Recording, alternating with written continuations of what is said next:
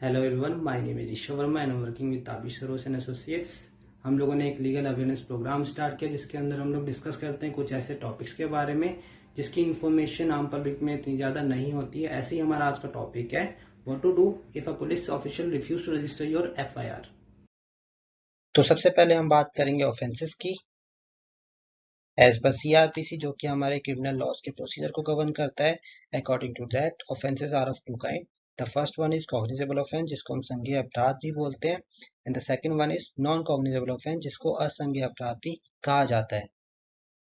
Cognizable offences वो offence होते हैं जो कि सीरियस नेचर के होते हैं और जनरली उसमें पनिशमेंट 3 साल से ज्यादा की दी जाती है।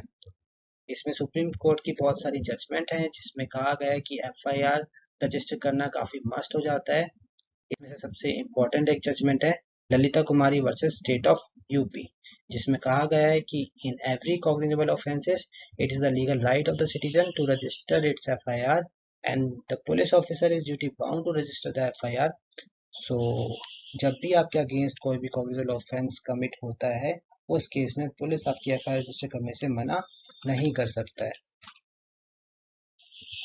अब हम बात करते हैं नॉन कॉग्निजेबल ऑफेंस क्या होते हैं। Non cognizable offences less serious nature के होते हैं। इसमें एफआईआर नहीं लिखी जाती है, इसमें एक एनसीआर लिखी जाती है जिसको हम नॉन कॉग्निजेबल रिपोर्ट बोलते हैं। नॉन कॉग्निजेबल ऑफेंसेस के कुछ एग्जांपल हैं, जैसे छोटी मोटी फाइट हो जाना, आपको कोई सामान खो जाना या वर्बल आर्ग्यूमेंट्स के केसेस में एक एनसीआर लिखी जाती है, उसमें पुलिस ऑफिसर आपको एफआईआर लिखने से मना कर सकता है।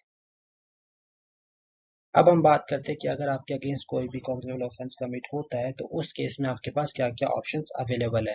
तो सबसे पहले तो आप एफआईआर रजिस्टर करवाएंगे सेक्शन 154 सबसेक्शन 1 में। अगर पुलिस ऑफिसर आपकी एफआईआर रजिस्टर करने से मना कर देता है तो फिर आपके पास सेकंड ऑप्शन है कि आप section 154 subsection 3 of CrPC SP या डीएसपी ऑफिस को एक रिटर्न कंप्लेंट भारतीय डाक के स्पीड पोस्ट के थ्रू भेजेंगे। और साथ ही आपको ये बात ध्यान रखनी है कि आप उस पोस्ट की रिसीप्ट अपने पास रखेंगे, जो कि आपको आगे आपकी एफआईआर रजिस्टर करने में मदद करेगी। और अगर आपकी उस रिटर्न कंप्लेंट पर भी एसपी या डीएसपी ऑफिस कोई एक्शन नहीं लेता है तो फिर आपके पास अगला ऑप्शन है कि आप सेक्शन 156 सबसेक्शन 3 के तहत सीधे मजिस्ट्रेट को अप्रोच कर सकते हैं। और अगर आपकी कंप्लेंट जेन्युइन है तो मजिस्ट्रेट कोर्ट पुलिस ऑफिसर को आपकी एफआईआर लॉन्च करने के लिए डायरेक्शन इशू कर देगा।